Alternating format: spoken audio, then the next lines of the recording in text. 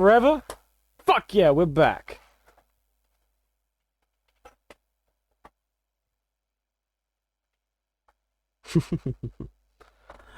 Jojo. Let's get back to the Toki Toki Literature Club. Cause we all just don't wanna be a pick. God damn it, Jack. Stream is corrupting my memory. I'm singing fucking Nickelback. A big rock star living new life, man, driving 15 cars. The girls come heavy, the drugs come cheap. We all too skinny cause we just wanna eat and hang out with the coolest spies. Free, I'm gonna scream my bars. I heard my voice and that is gay.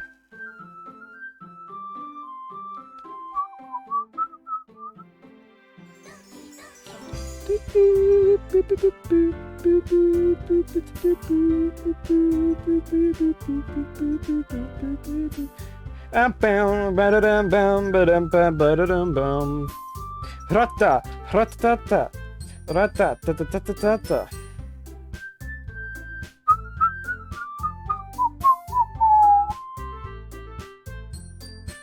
Who? Me. It's me. Mario. Yahoo! Okay, I'm glad Jack told me to put this limiter in, because I was just screaming.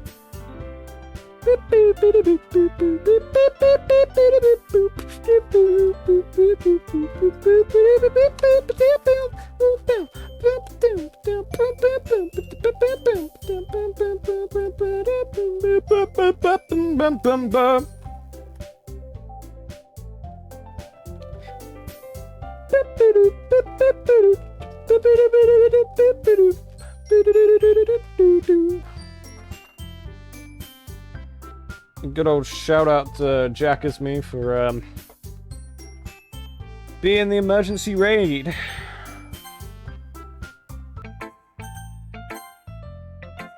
So what do you think? It's very freeform, if that's what you'd call it. What's with you and Jake with that fucking snake emoji?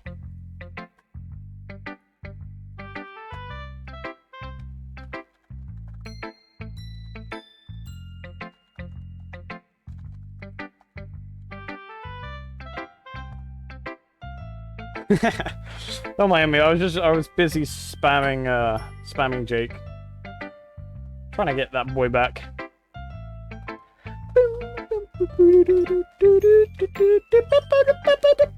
Hey. Oh wait, shit! My camera died. Fatality. Fucking hell! I shot myself.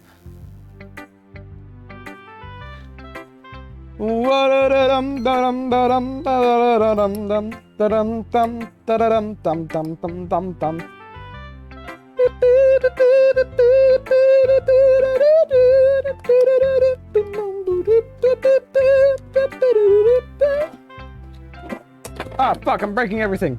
And I'm back. Yes, hello, it's me. Again, just another shout out to Jack is me for being my emergency content. Very freeform. Sorry, I'm not really the right person to ask for feedback. Okay, I couldn't do that to the beat. That was really shit. It's okay. Yeah, this kind of style has got pretty popular nowadays. A lot of poems have been putting emphasis on timing between words and lines. When performed out loud, it can be really powerful. Was it? I don't think it was. I'm dumb. I'm dumb. Oh my god, I'm fucking dumb. Oh, I'm so sorry, guys. Sorry, guys. I'm dumb. Okay, I get it. I get it. I'm done. I should be better. I'm so sorry. I'm so bad. I'm so sorry. I'm fucking terrible. There we go. Small brain. I'm very confused. Had to fix stream. What was the inspiration behind this one? Well, I'm not sure if I know how to put it. I guess you could say I had some kind of epiphany recently. Is it? It's been influencing my poems a bit. An epiphany. Yeah, something like that. I'm kind of nervous to talk about deep stuff like that because it's coming on strongly. It's kind of... What? Because it's kind of coming on strongly. What do you mean by that? Maybe after everyone is better friends with each other. Okay. We are weeb. Welcome. Why did I say welcome to your stupid highlighted message? Anyway, here's Monica's writing tip of the day. Sometimes when you're writing a poem or story, your brain gets too fixated on a specific point. If you try too hard to make it perfect, then you'll never make any progress. Just force yourself to get something down on paper and tidy it up later. Another way to think about this is, if you keep your pen in the same spot for too long, you'll just get a big dark puddle of ink. Hand very tightly, hold my hand very tightly, ooh. Hold my hand very tightly, hold my hand very tightly, ooh.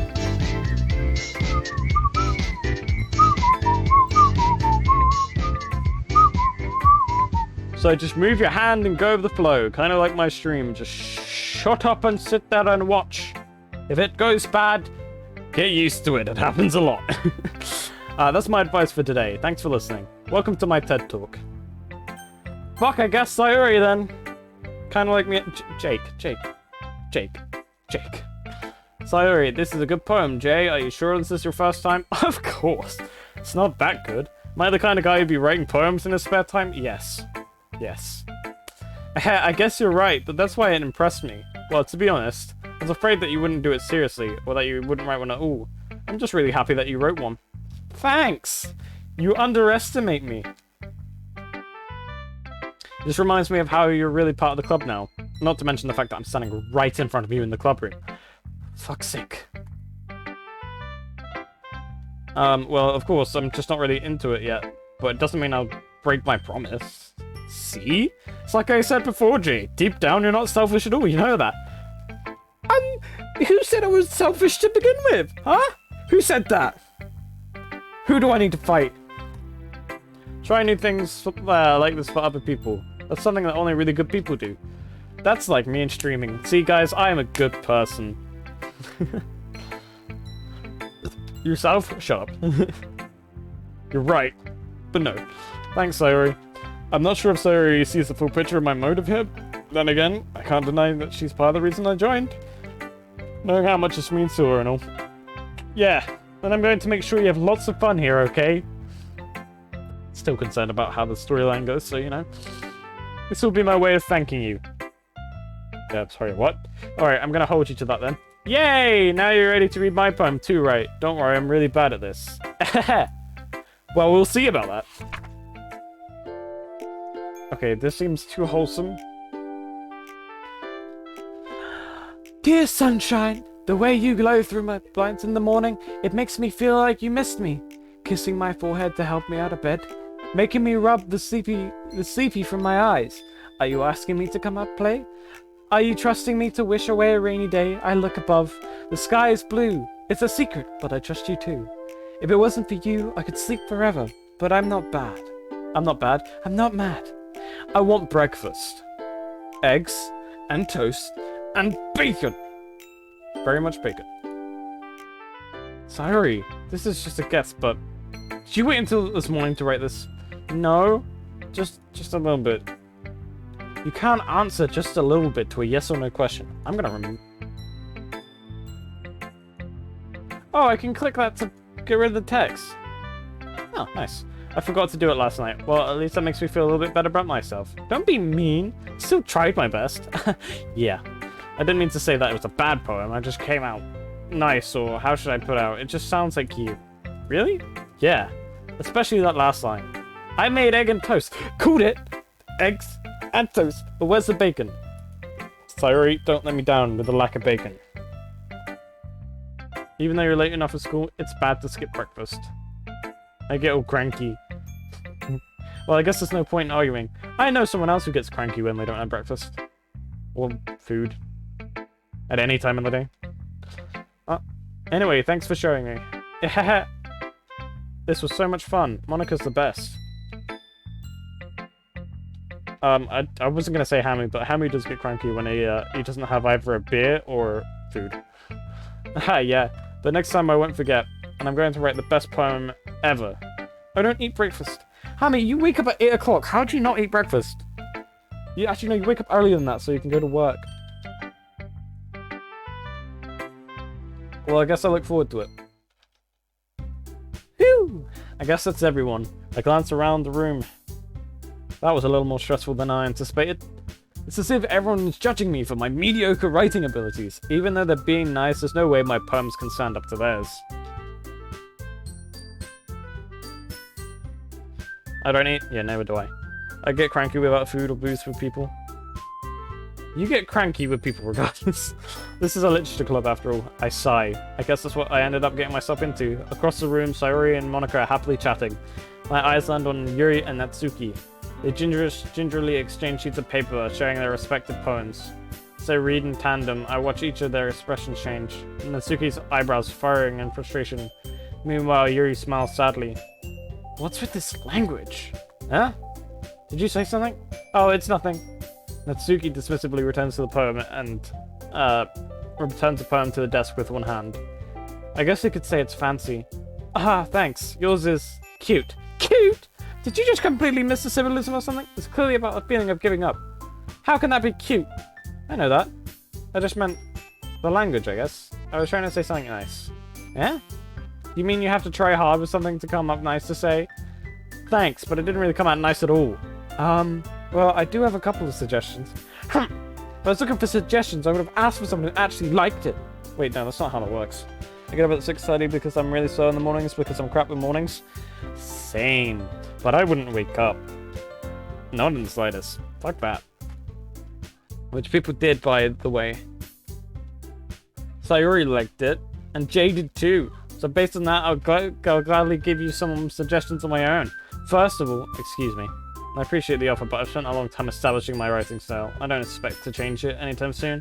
Blessed, of course, I've come across something particularly inspiring, which I haven't yet. And Jay likes my poem too, you know. He even told me he was impressed by it.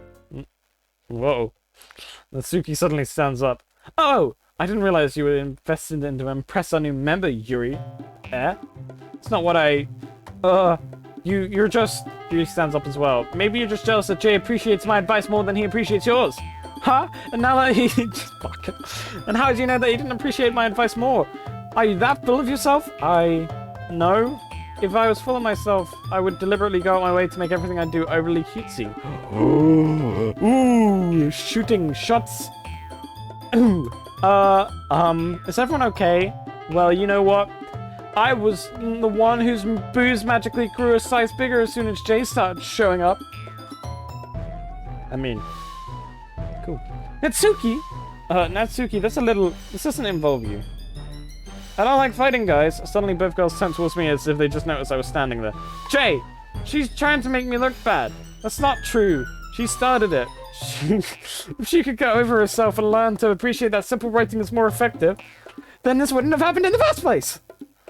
What's with the point of making your poems so convoluted for no reason? I mean, you should just jump out of the reader, not force them to have to figure it out.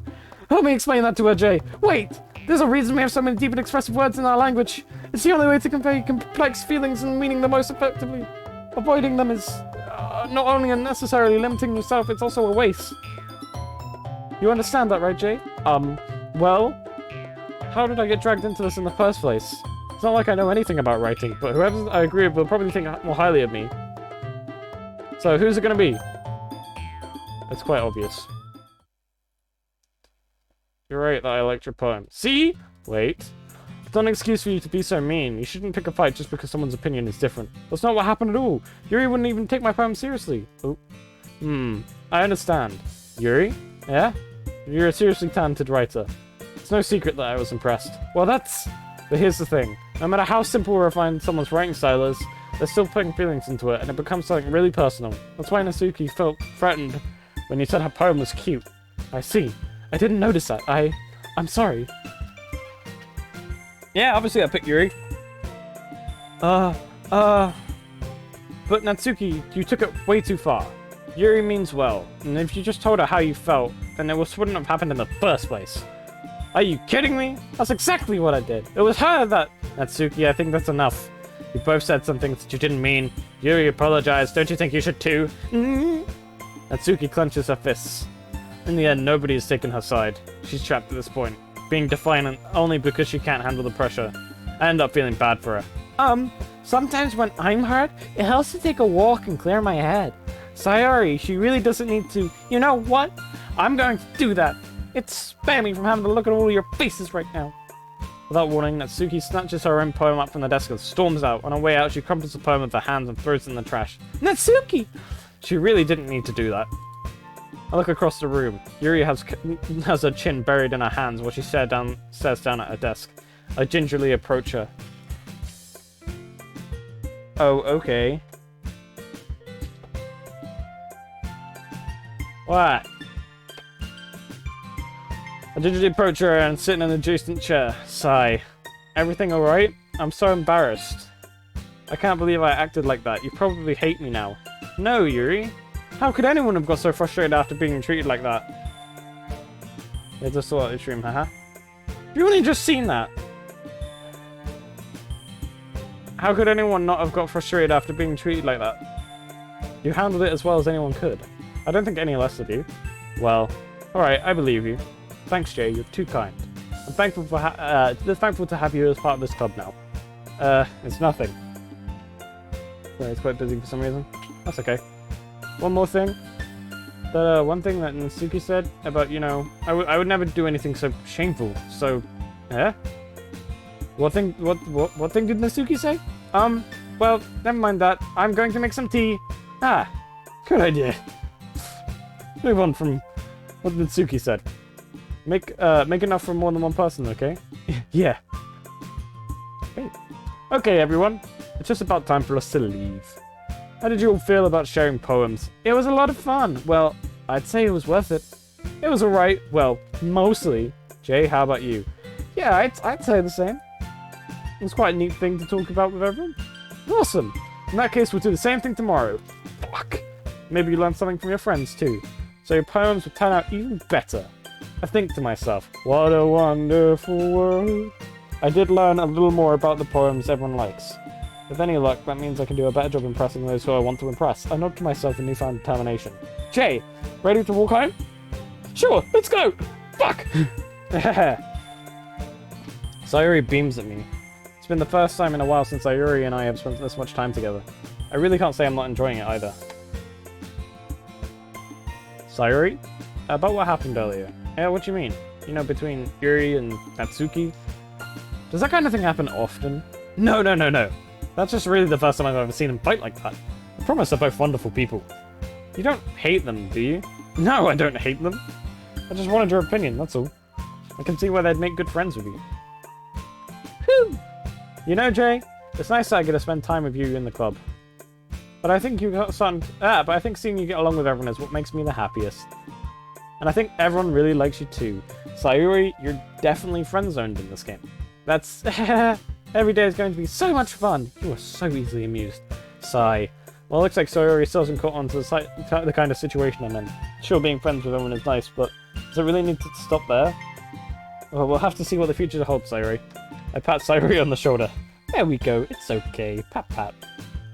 I said to myself, I said more to myself than to her, but it's easy to use Sayori as an internal monologue sometimes. Okay, yeah, let's do this.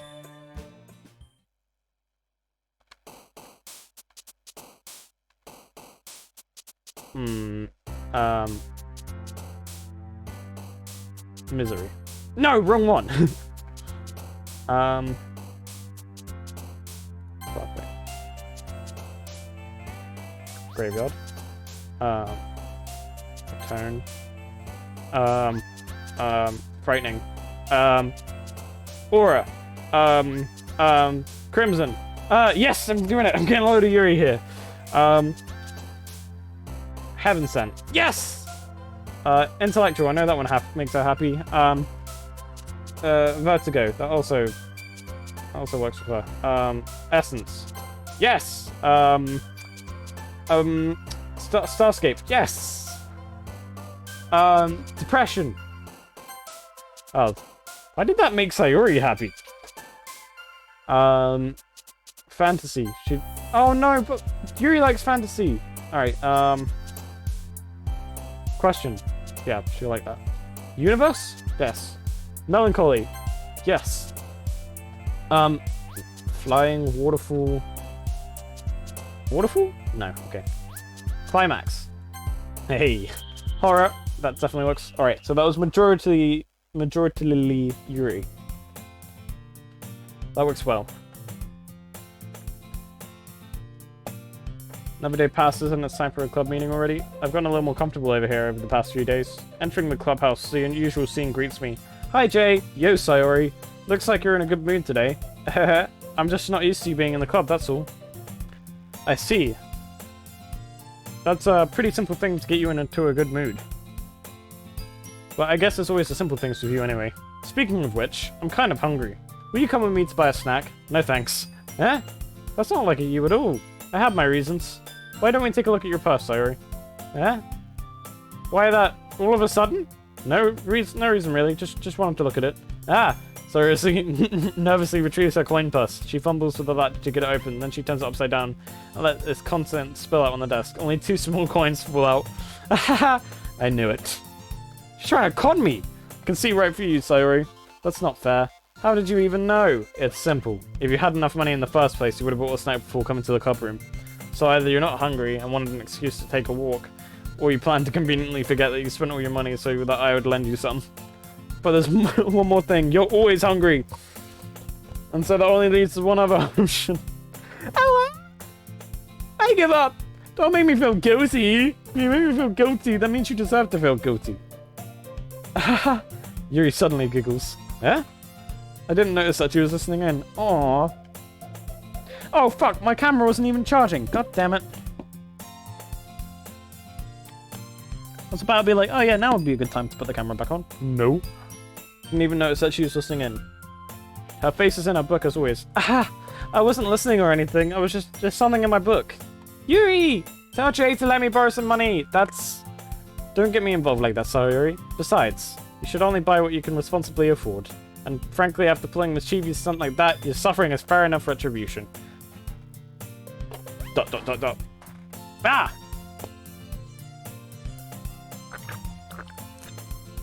Did I just...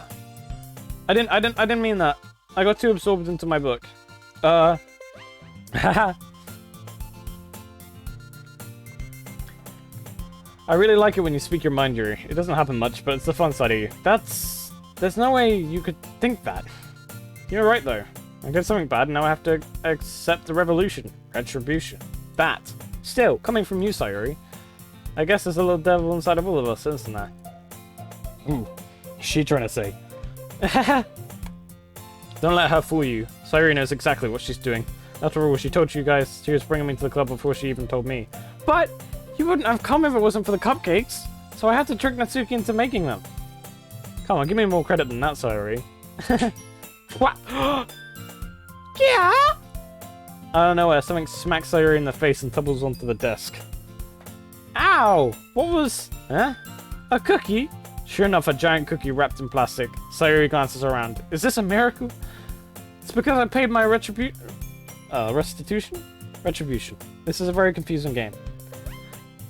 It's just a story, really. Actually, that one almost worked. I was gonna give it to you, but then I heard you blab about the cupcakes. It was totally worth seeing your reaction, though. Natsuki! That's so nice of you. I'm so happy. Sayori hugs the cookie. Jeez, just eat it. Sayori rapidly tears open the wrapper and takes a big bite. So good! Can I put a more concerning voice to come out, Sayori there? Ow! Sayori suddenly clasps a hand over her mouth. I bit my tongue! You're going through a lot over just one cookie. Natsuki takes a bite of her own cookie. Ah, yours looks really good too, Natsuki. Can I try it? Jeez, beggars can't be choosers. But yours is chocolate! Yeah, why do you think I gave you that one? Fine. So I'm really happy that you shared this one with me. Ara. Why? 은혜가 관계네. Why? 時をもとすが Ara. Sorry gets out of her seat and goes behind Natsuki and then wraps her arms around her. Ah, jeez. Oh god, I'm scared. So you should be. You asked me to say ara. I get it. Cookie's still in hand. Natsuki reaches up to nudge Sayori off her. Sayori suddenly leans down and takes a bite of fucking Natsuki's cookie. Hey! Did you seriously just do that? Mouthful, Sayori trots away to safety. Yuri and I laugh as well. Jeez, you're such a kid sometimes. Monika, can you tell Sayori, Natsuki glances around. Monika isn't in the club room. Uh-oh. Ugh! Where's Monika anyway? Good question. Have any of you heard anything about her being late today? Not me. Yeah, I haven't either. That's a bit unusual. I hope she's okay. Of course she's okay. She's probably just had something to do today. She's pretty popular after all. Yeah? You don't think she has a... I wouldn't be surprised. She's probably more desirable than all of us combined. Monika's a bit of a bitch. Yeah, that's true. Excuse me? Suddenly the door swings open. Sorry, I'm super sorry. Ah, there you are. I didn't mean to be late. I hope you guys weren't worried or anything. Monika chooses the club over her boyfriend after all. You're so strong-willed. But boyfriend? What on earth are you talking about? Monika quizzically glances at me. Ah, never mind that. What held you up anyway? Well, my last period was study hall. Something happened. What happened? New follower. Alex is a cool boy. Alex, you're a cool boy. Thank you for following. Today was my last period. To be honest, I kind of just lost track of time. Ahaha! That makes no sense though. You would have heard the bell ring at least. I must not have heard it since I was practicing piano. Piano? I wasn't aware that you played music as well, Monika. I don't really. I just kind of started it recently. I've always wanted to learn piano. That's so cool. You should play something for us, Monika. Monika looks at me. Maybe once I get a little bit better, I will. Hammy, stop calling it a cult! We are not a cult! We just have nice hooded cloaks and fire. And too many cans of Monster. Yay, that sounds so cool! I also look forward to it. Is that so? In that case, I won't let you down, Jay. Monika smiles sweetly. I didn't mean any pressure or anything like that. Don't worry. I want to play piano for you. Shh, Hammy. Don't scare away people. Scare away the followers. They don't need to be scared. They have to listen to my voice, which, you know, that's scary enough as it is. I've been practicing a whole lot recently, and I really love the chance to share once I'm ready. I see. In that case, best of luck. Thanks. So I didn't miss out or anything, did I? No, not really. Just some cookie fights. I choose to leave Sayori's mischievous escapade. I'm sure Natsuki will end up complaining to her anyway. It looks like everyone has already settled down. Sayori somehow has already finished her entire cookie. Did she buy another one? Yuri is back to her book and Natsuki disappeared into the closet. Why is she in the closet? Hey, Yuri! Yes! Back to Yuri again. I suddenly noticed that Yuri is reading a different book from the one we've been reading together. No! Sorry, I didn't mean to interrupt. No. I was just kind of waiting for you. If that's the case, why don't we go ahead and get started? Yes, let's. Actually, I have a request. Do you mind if I make some tea first? Fuck, maybe I should make some tea. No, anyway. Not at all. Thanks very much. If there's one thing I can make my reading time here any better, it's a nice cup of tea. Are you sure she's not British? She sounds pretty British, unless it's like green tea, and then, you know, that's not a cup of tea. Not to mention for yourself as well. Aw, she's making me a cup of tea, guys. Milk, 2 sugars, maybe 3 sugars. Okay, she didn't answer back.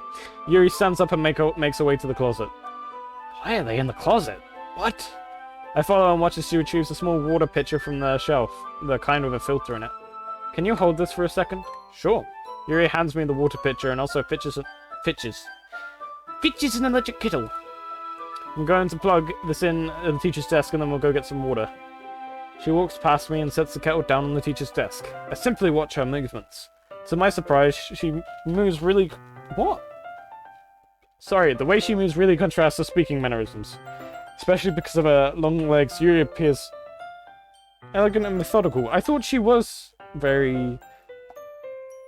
I don't know. Okay, may I have the water pitcher? Thanks, I'll be right back. I might as well walk with you. Yeah, why not? Shall we go then? Yeah. Where are you two off to? We're making a cup of tea! It's an age-old tradition. Huh? Yuri was going to make some tea, so I suddenly realized how weird it sounds to explain this to Monika. We're just filling the water pitcher. Ah, okay. Sorry, I was just a bit curious. It's kind of a one-person job, isn't it? No. One person to hold one side, and one person to hold the other side. It's a pretty small water pitcher. I don't know about that one, Chief. That's, Monika, please mind your own business for once. She got sass. She's just coming without... Bad. Or do you want to tell me there's something wrong with helping involve Jay in club activities? Eh? My mouth gapes. I suppose there's nothing wrong with that. Humph. Then let's go, Jay. Ah. Yuri quickly exits the room and I follow. Once in the hallway, she suddenly puts her forehead against the wall. I spoke without thinking. How could I say something like that? Yuri, you did an amazing job, but you're just a badass bitch. Something in the way she said that just made me feel so irritated. What's wrong with me? No, Yuri, there's nothing wrong with you. I think you did the right thing. I wasn't expecting it, but I'm proud of you. It's also not right for Monika to judge people like that. Jay, how come even when I do something bad, you're being nice to me? Because I like you! You're really sweet! And you brought me a book. Because nothing that you do is as bad as you make it seem in your head. That's true too. Nobody's perfect. Well, en contraire. Have you met our moderator, Hammy? Oh, as a side note, how's everyone's day doing? Like, the people that I've joined recently. Oh. I say that and it kind of stops. Nobody's perfect. Well, we have emotions and we can't always hide them away. But as you amplify things in your head, your mind turns a light rain shower into a hurricane. Ah. Well, I was just thinking that.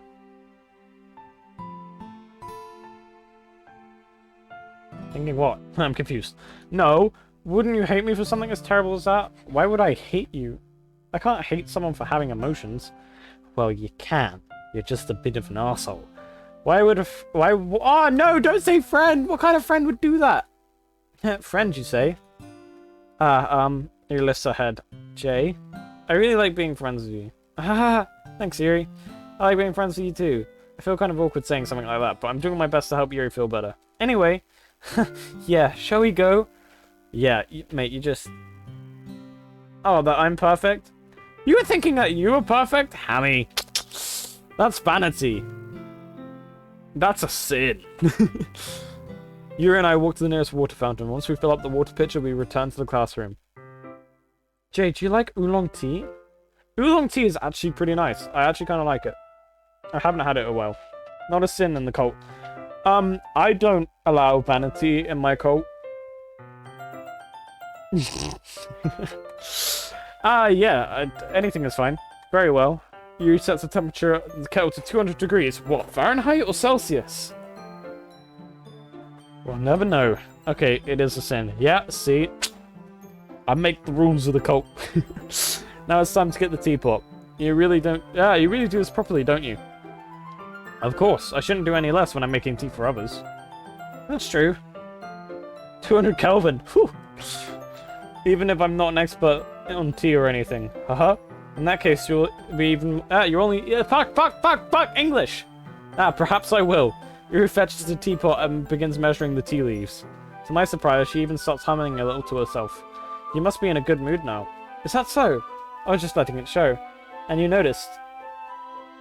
Aww. That's so cute. And you noticed I was doing a bit of thinking, and I decided that I'd try expressing myself a little more. Yes, do it! It turns out it's not very hard for me to do. Aww. When it's you who's around anyway. Oh! That's great, Yuri. Just don't push yourself too much. You're always worrying about me, Jay. It's very endearing. Oh, I should have my camera on. My little face is like, oh, really sweet. Yuri wasn't kidding. I don't even know if I can keep up with this. I watched Yuri pour a cup of tea for each of us. Jay, I have another request. Do you mind if we sit on the floor today? Yeah? Why's that? It's a little bit easier on my back. I can read with my back against the wall rather than bending over at my desk. Ah, sorry, I didn't realize. No worries. I just have back pain fairly regularly, so I do my best to manage it. Oh. Is that so? I wonder why that is. It's most likely because your posture, right? Always hunched over like that whilst reading? Yes! I have terrible reading posture. That's why we should sit on the floor. Fair enough. Ooh, she's hiding something. I want to know what she's hiding so I can make her feel better about it. Boobs. No, not because... I mean, you make a fair point, actually. Wait a minute. I retrieved the book from my bag. I have some chocolate as well. It's a small bag of chocolate candies that I kept hidden from Sari's candy radar. I take it, since it'll go well with the tea. Yuri and I sit against the wall with teacups at the side, and as if in sync, we assume the same reading position as last time, each holding one half of the book. Except this time, our bodies are even closer to each other. I can't see too well. Yuri slides closer until our shoulders are touching. I'm an expert. How am I supposed to focus on reading like this? Yuri was always kind of cute, but when she's being less apprehensive, it's almost more than I can handle. Your teacup. Yuri hands me my teacup. Holding it within my hand. Holding it in my hand that's not holding the book. I end up in a position that makes it even harder to focus. Because now I need to worry about making sure I don't accidentally touch her chest. Oh no! Meanwhile, Yuri hasn't noticed a single thing. She wears her intense reading expression, and I can only presume the world around her has faded away. I use all of my willpower to focus on reading. After a few minutes, I finally manage to relax a little. I put the teacup between my legs and fumble with the chocolate wrapper. Sorry. I briefly let go of the book to finish opening the wrapper. You can have as much as you want. That's okay, I won't take any. Yeah, are you sure? Well, if I touch it, then I might get smudges on the pages. You're right. I didn't even think about that. My bad. No need to apologize. I'll hold the book, okay? Are you sure? Of course. Feed her the chocolate! Oh, this is a good... This is animated as well. That's kind of cute. Sorry, I'm admiring the animation. Oh, it doesn't actually even have a barrier. Oh no, maybe it does. Oh, it just fades out. That's cool. Yuri opens the book with both hands. She holds it that I don't have a hard time... any harder of a time reading from it. This is just a consistent clusterfuck of me trying to speak English. But as a result, her left arm is practically resting on top of my leg. Well, in that case, Yuri is already totally focused on reading again. I take a chocolate candy and pop it in my mouth. I then take another chocolate and hold it up to Yuri. She doesn't even look away from the book. She simply parts her lip as if the situation was completely natural. This means I can't stop here. I apprehensively place the chocolate in her mouth. Just like that, Yuri closes her lips over it. Huh? Yuri's expression suddenly breaks. Did I just... Yuri looks at me like she needed to confirm what just happened. Jay? Sorry, I guess I shouldn't have done that. And that's... well... You were just helping. That's something friends do, right? I mean, not really in this kind of context, but... Yeah, that's all it was. Yeah, then you don't need to stop or anything. I see. The situation has got really tense. Yuri tries to return to the book, but I can tell by her expression she can't focus now. My heart is pounding. I nervously take another chocolate between my fingers, but this time Yuri's eyes meet mine. How did it come to this? Yuri doesn't avert her gaze. I notice her chest rising and falling to the rhythms of her breath. Not breasts, breath. I raise my arm. Like before, Yuri parts her lips, but it's different this time. I take the chocolate and place it in her mouth. I feel her hot breath on my fingers. Okay, everyone. Fuck, Monica! What the fuck, man? Henty time. No. Come on. I was... I was putting the chocolate in her mouth. Ooh, Yuri jolts back. It's time to share poems. Jay, you can help Yuri put the tea stuff right away, right? Yeah, of course. Okay, thanks. The spell is absolutely broken. Oh, I'll take care of the cups. Yeah. He picks up the teacups from the floor. Fatality! Fatality! I pick up the bag of chocolates. In the end, we hastily clean up without so much as a word between us. I get the feeling that neither of us will have the courage to bring up. Yuri! Yuri's always first. I have a feeling that'll be good. Alright, I'm gonna put the camera back on, people. 1 second.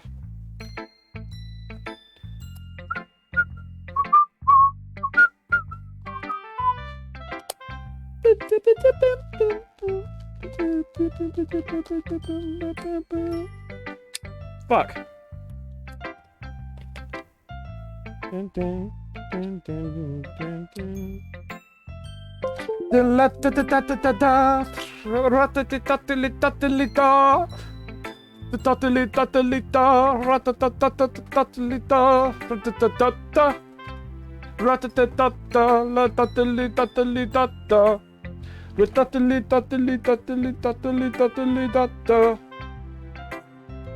Ah, fuck.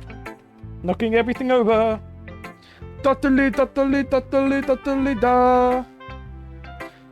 Ratatatatata. Ratatatatata, totally da. Why am I just singing SpongeBob over and over again? Bam bam bam bam bam bam bam. I'm sorry guys, I don't mean to fix the stream or streaming. It's not a good habit. Actually it is, because, you know, streaming is difficult and I have to fix everything constantly. I didn't mean to grab the whole thing. There we go. Hey look, my face is back. Now you have to see the shit. Alright, anyway. The quote you've written for today. ... Yuri stares at the poem with a surprised expression on her face. Do you like it, Jay? This one might even be better than yesterday's, because I focused it on you! How did you even pick up on this so quickly? Just yesterday I was telling you the kind of techniques that are worth practicing. Maybe that's why. You did a good job explaining. I really wanted to give it more imagery. Oh, I just realized I've been saying imagery every time. Fuck. Hello, pretty boy. No, I'm not pretty boy. I'm pretty fucking ugly. Haha. Yuri visibly swallows, like I just swallowed monster. Her hands appear sweaty, knees weak, arms spaghetti, mom. Sweater red, weddy, fuck. Sweater weddy, fuck. Sweater weather ready, spaghetti, mom, sketty, petty, boba fetty. Did I just have a seizure? I might have had a seizure. Spaghetti! No, I'm not used to it. Used to what? I don't know. It's fine. Take your time. Yuri believes in fuck's sake. Have we gotten to that point in the stream where I've just died mentally? Yuri breathes and collects her thoughts. I know that Yuri likes to think before she speaks, so I offer that... Fuck! I offered that patience to her! Yeah. You guys have to offer me patience with my inability to speak. Just being appreciated like this, I guess. This probably sounds really stupid, but seeing someone motivated by my writing, it just makes me really happy. Are you saying you've never shared your writing before? Yuri nods. Really? I don't believe it. I really only write for myself. And besides, people would just laugh at me. Well, I mean... At least they're paying attention enough to laugh. Why aren't you guys laughing? I shouldn't have made me laugh. Laughing at my own jokes. Yikes. People would just laugh at me. Anyway. Do you really think that? Again, Yuri nods. Huh? Even your close friends? Yuri doesn't respond to that. I wonder why. Anyway. Do you want to share the poem you wrote today? Yeah. I do. If it's with you. Well, I mean, I wasn't asking you to share it with, like, Natsuki or fucking Monica or Sayori. The raccoon. Is that word even allowed? It happened in the dead of night, while I was slicing bread for a guilty snack. My attention was caught by a scuttering of a raccoon outside my window. That was, I believe, the first time I noticed my strange tendencies as an unordinary human. I gave the raccoon a piece of bread, my subconscious well aware of the consequences. Well aware that a raccoon that is fed will always come back for more. The enticing beauty of my cutting knife was a symptom. The bread, my hunger, curiosity, the raccoon, an urge. The moon increments its face and reflects. Does that say increments or like... Yeah, I think it says increments. And reflects much more light off my cutting knife. What's she doing with the knife? The trash panda. No, don't insult pandas. God, someone forgets my mascot. Fuck. The very same light that glistens in the eyes of my raccoon friend. Alright, she's just said that her knife glistens and the raccoon's eyes glistens. What do you mean by that? I slice the bread fresh and soft. The raccoon becomes excited. Perhaps I'm merely projecting my emotions on the newly satisfied animal. The raccoon has taken to following me. You could say that we've got quite used to each other. The raccoon becomes hungry more and more frequently, and my bread is always handy. Every time I brandish my cutting knife, the raccoon shows me its excitement. A rush of blood. Classic Pavlovian conditioning. I slice the bread and I feed myself again. Please don't tell me the symbolism in this poem was that she killed the raccoon and ate it. I mean, I know that's probably not, but like, knife glistens, eyes glistens, knife glistens, stab glistens. A rush of blood, stab, blood. I feed myself again. I slice the bread and I feed myself again. Panda sandwich? Trash panda sandwich? I don't know. I was a little more daring with this one than yesterday's. I can see that. It's a lot more metaphorical. I don't know if it's my fault, but I can't begin to imagine what this poem is about. That's right. It's a little bit closer to my preferred writing style, using the poem as a canvas to express vivid imagery and conveying emotions through them. Yeah, I'll take that at face value. Then I can't figure out what it's supposed to mean. Well, I think it's something that different people could relate to in their own way. Well, that's concerning, because I just suggested that it was about murdering a panda and eating it. What does that say about me? I wanted to express the way it feels for me to indulge in my more unusual hobbies. If those sort of things, I'm usually forced to keep to myself. So I enjoy so sometimes I enjoy writing about them. Why do you keep them to yourself? Because they're embarrassing. Like my streams. And people would make fun of me. Like my streams. Don't you have anything like that, Jay? My streams. Well, yeah, I guess I do. My streams. I feel like everyone has a little something like that. Yeah. My streams. The best thing we can do is respect each other and our individualities. Fuck.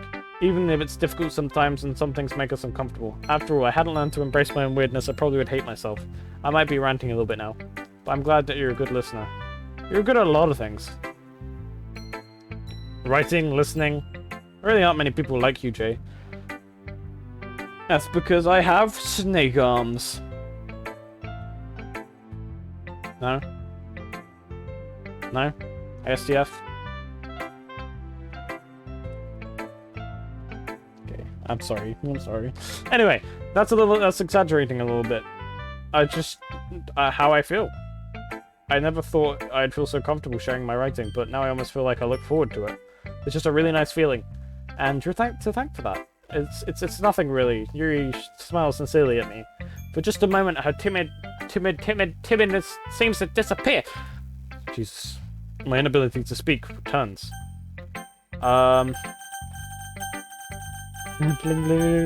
Okay. Stop being a child. Stop being distracted by the plinky noise. I like this one, Jay. It has some nice feelings in it. I'm glad. Does that mean it's better than yesterday's? Let me think. I don't know. I guess I like them both. It's not very helpful, you know?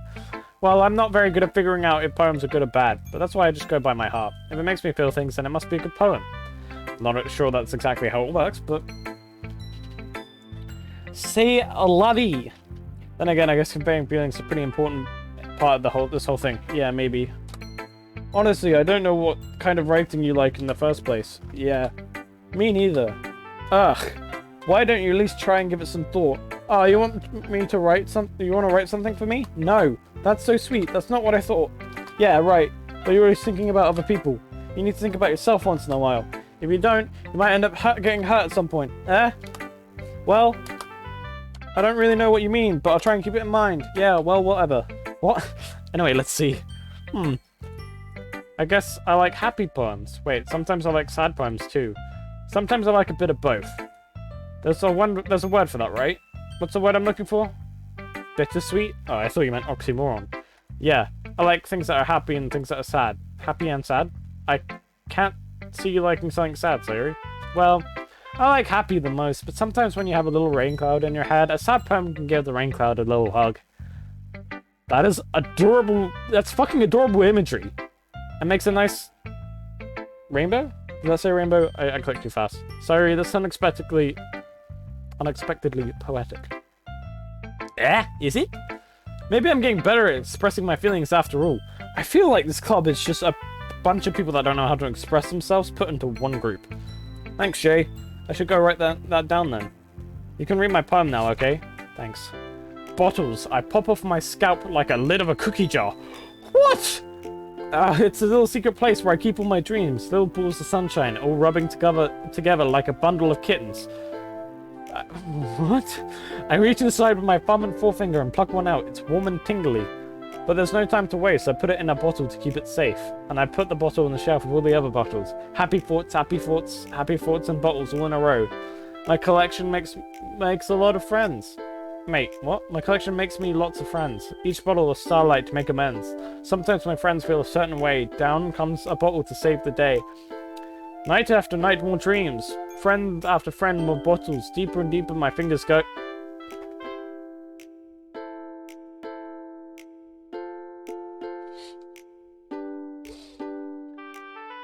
I'm sorry, what?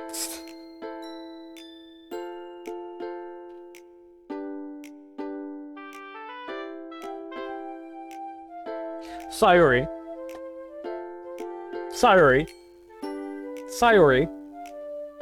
Deeper and deeper my fingers go.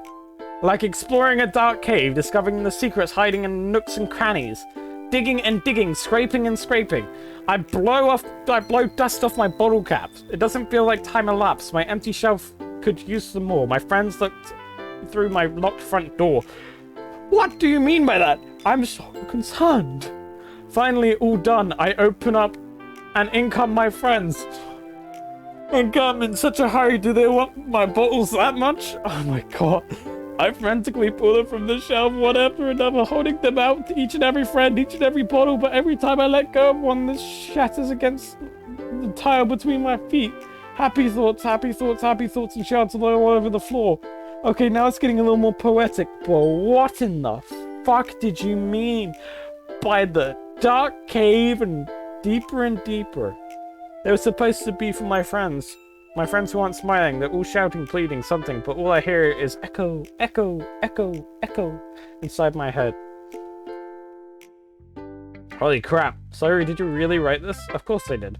Didn't I tell you yesterday I was going to write the best poem ever? Yeah, but, I mean, I didn't expect something like this coming from you. Monaco taught me a whole lot. And I've really been in touch with my feelings recently. I can see that! It seems like you've been touching something else! Someone's kind of creepy. Creepy? Well, not exactly. Maybe because I'm so used to you being cheerful. Maybe I'm so used to you being cheerful. Okay. Well, never mind. I think I'm too hard about it.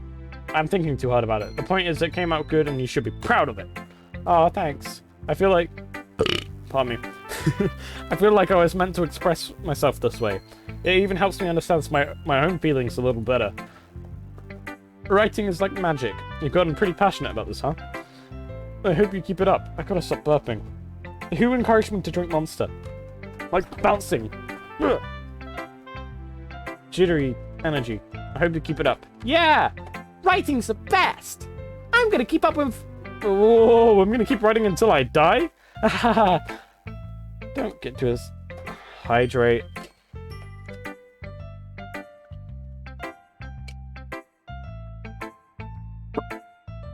Nice. Thanks, Annie. God. Don't get ahead of yourself. Sorry, always had a habit of getting obsessed with something before dropping it no more than a week later. I wonder if this is one of those times. But seeing the passion in our eyes makes it hard for me to be pessimistic.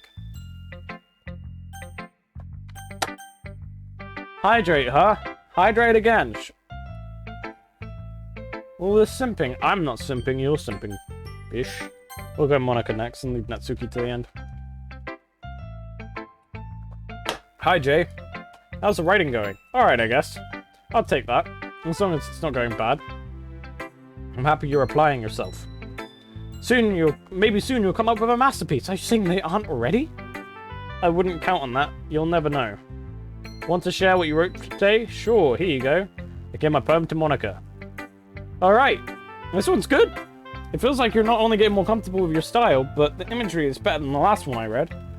Just wondering, have you been finding inspiration in Yuri's writing style? Yes? I guess so. You can't deny that she's talented.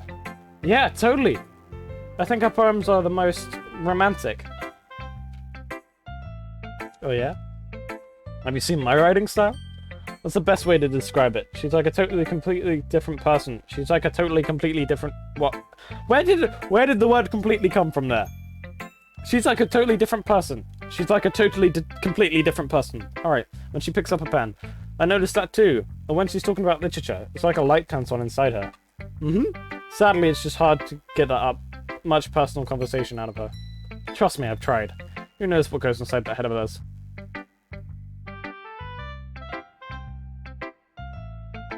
Weebs are not simps. I mean... I'm trying to think if you're wrong or not. And I don't know. I think you're wrong. I think weebs are simps. I don't mean that in a bad way. No, of course not. I just meant I wish she didn't keep so much to herself. But still, defending her like that, you must be pretty into her. No! Yeah? You completely misunderstood. Haha, calm down, I'm kidding. Besides, I'm pretty sure she's already got a boyfriend. Wait, really? Yeah, a fictional one anyway.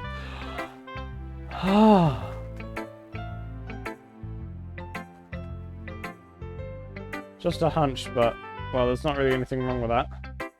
Oh, well, I know. I'm just saying, but anyway. You want to read my poem now? I like the way this one turned out, so I hope you do too. Alright, let's take a look. Save me? You gotta be the one that saves me. And after all, you're my wonderwall. Alright, everyone leave stream now. Goddamn. I just sang Wonderwall on stream. It's time to give up my career. I just...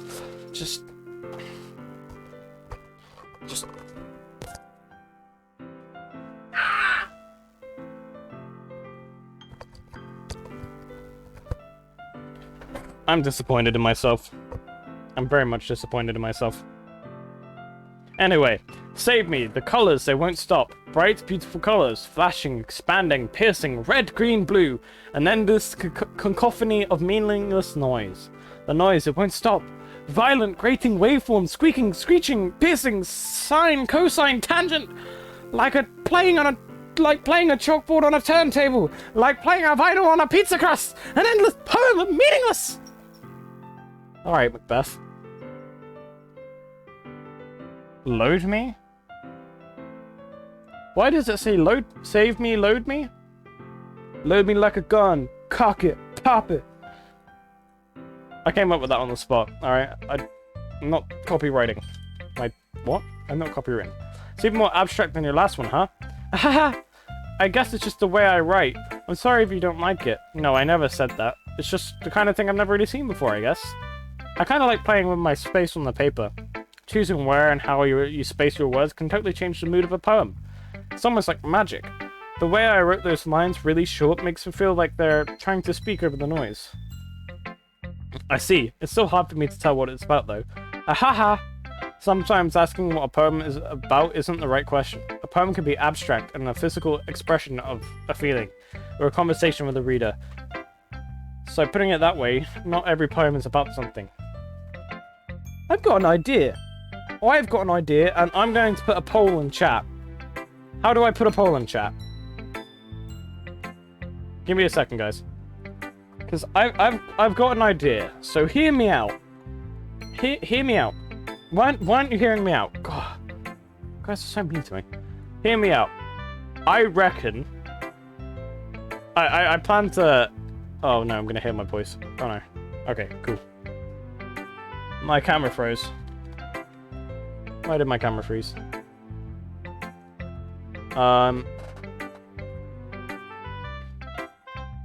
I reckon at the... Because I plan on ending the stream at the end of this day in-game. But,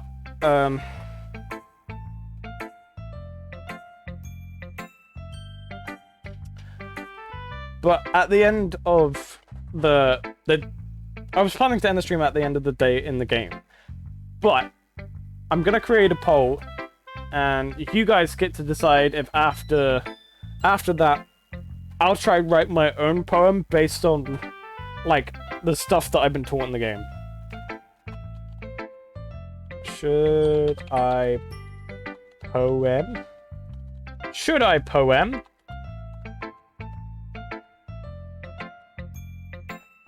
Start a poll. Let me know what you guys think.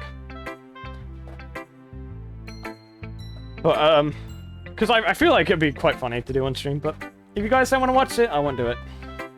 So putting it that way, not every poem is about something. Anyway, here's Monica's writing tip of the day.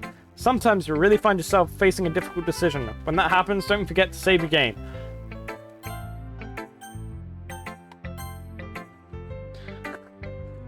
Let's do that quickly. You'll never know when you might change your mind, or when something unexpected may happen. Wait, is this tip even about writing? What am I even talking about? Oh dear. That's my advice for today. Thanks for listening. Alright, Natsuki is last. Make sure you guys vote in the poll. I can't see it at the moment, but it's whatever. I liked your last one even better. Eh, really? Well, yeah, I can tell you were a little more daring with this one. But you're really not good enough for that yet. It fell flat. Heartless bitch. That may be true, I just wanted to try something different. I'm still figuring this all out. I mean, I always like poems that aren't trying too hard. Ooh, what's the results?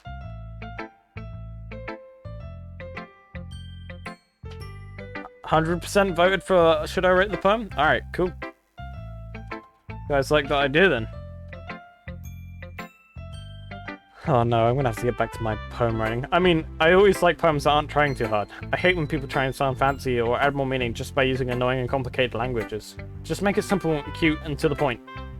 You just head over the heels for all this cryptic nonsense, but I see right through that BS. Ha! Fuck you, that's how I like to write. Make her read it and looking so hard for all the deep meaning is just an excuse to have no meaning at all. Fuck off. Perm. OPEM. Nice one, guys. I guess that's one way to look at it. Well, everyone has their own opinion, but my opinion is the best opinion. I'm sure you figured that out already. I would like to... OPEM salami. Anyway, here's my poem. Maybe you'll learn something. Amy likes spiders. You know what I heard about Amy? Amy likes spiders. Icky, wriggly, hairy, ugly spiders. That's why I'm not friends with her. Amy has a cute singing voice. I heard her sing my favorite love song. Every time she sang the chorus, my heart would pound to the rhythm of the words. But she likes spiders. That's why I'm not friends with her. She likes fucking spiders. Oh, wait, what? Think about what you say, Jamie. One time I hurt my leg really bad. Amy tried to help me and took me to the nurse. I tried to not let her touch me. She likes spiders, so her hands are probably gross. That's why I'm not friends with her. Amy has a lot of friends. I don't see her talking to people. She probably talks about spiders. What if her friends like spiders too? That's why I'm not friends with her. Doesn't matter if she has hobbies. It doesn't matter if she keeps it private. It doesn't matter if it doesn't hurt anyone. It's gross. She's gross, and the world is better off without spider lovers. I'm going to tell everyone. Not bad, right? It's quite a bit... quite bitchy. Yesterday's was way too short. I was just warming up. I hope you didn't think that was the best I could do. No, of course not. Anyway, the message is pretty straightforward in this poem. I doubt I have to explain it. Sometimes you can explain complicated issues with much smaller analogies. And it helps people realize how stupid they're being. Like, anyone would agree the subject of this poem is an annoying jerk? Do you know people like that? Of course, it's about how everyone thinks that doesn't matter. It can be about anything. I wrote it to be easy to relate to. Everyone has that kind of weird hobby or guilty pleasure, something that you're afraid people find out and they make fun of you and think less. But that just makes people stupid. Who cares what someone likes, as long as they're not hurting anyone and it makes them happy? I think people really need to learn and to respect others for liking weird things. Guys, I have a confession. I like this game. Ha, that's funny. Yuri wrote something about something similar today. Huh? Did you say Yuri? Yeah. She said her poem was about an unusual hobby of hers. I didn't really get it, but she said something similar to you.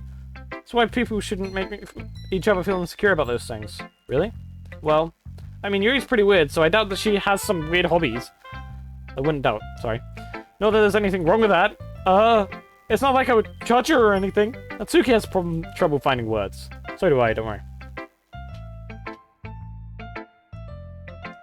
Anyway, I guess I should try not be so mean to her. Yes! She feels insecure about her weird behaviors and stuff. I mean, I always hate people that make me feel insecure.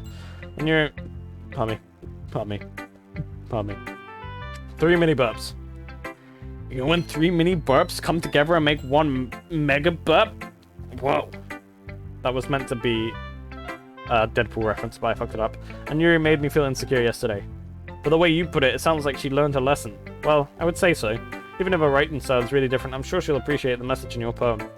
It's what I do best, after all. I don't like writing unless there's a good message to take away from it.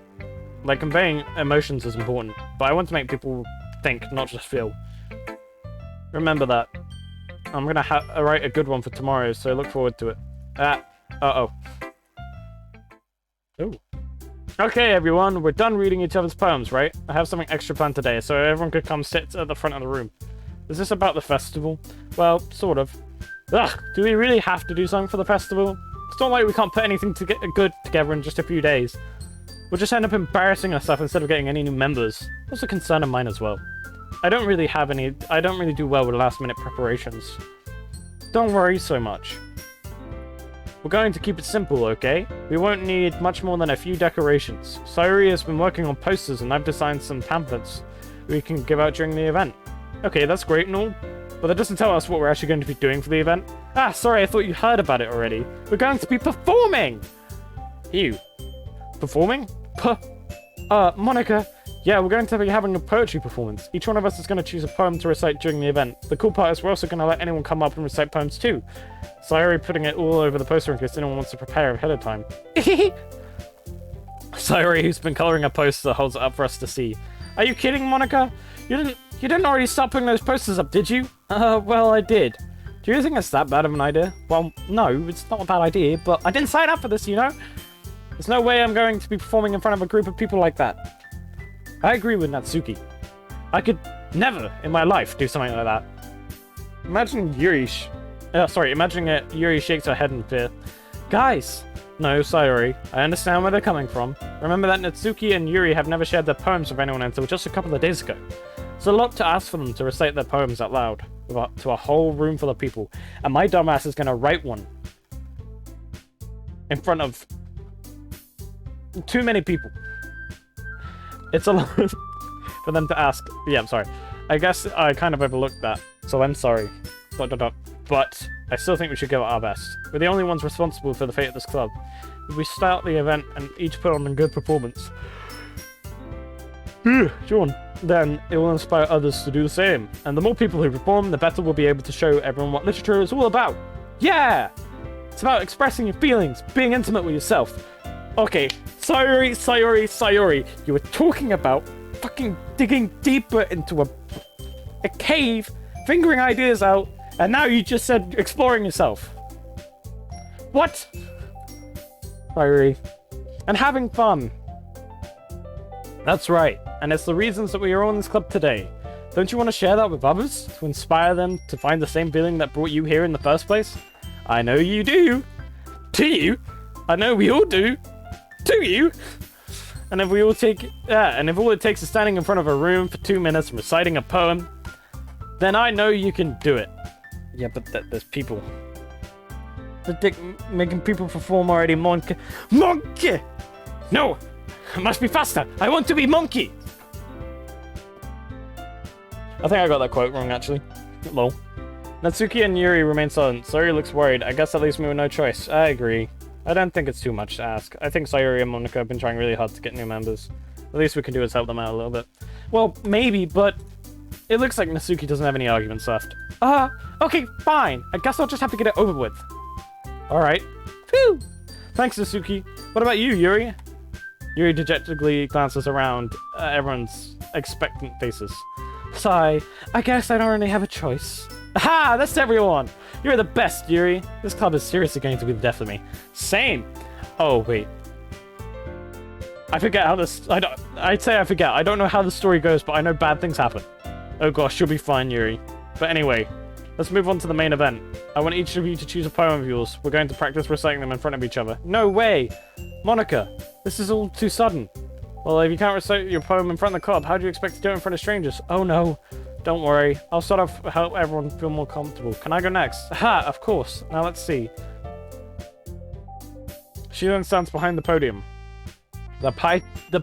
Fuck! The English! The title of this poem is The Way They Fly. Ahem!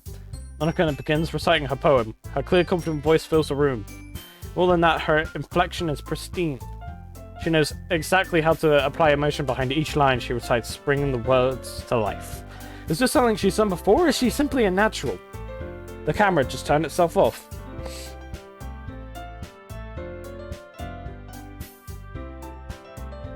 The battery is low yet again.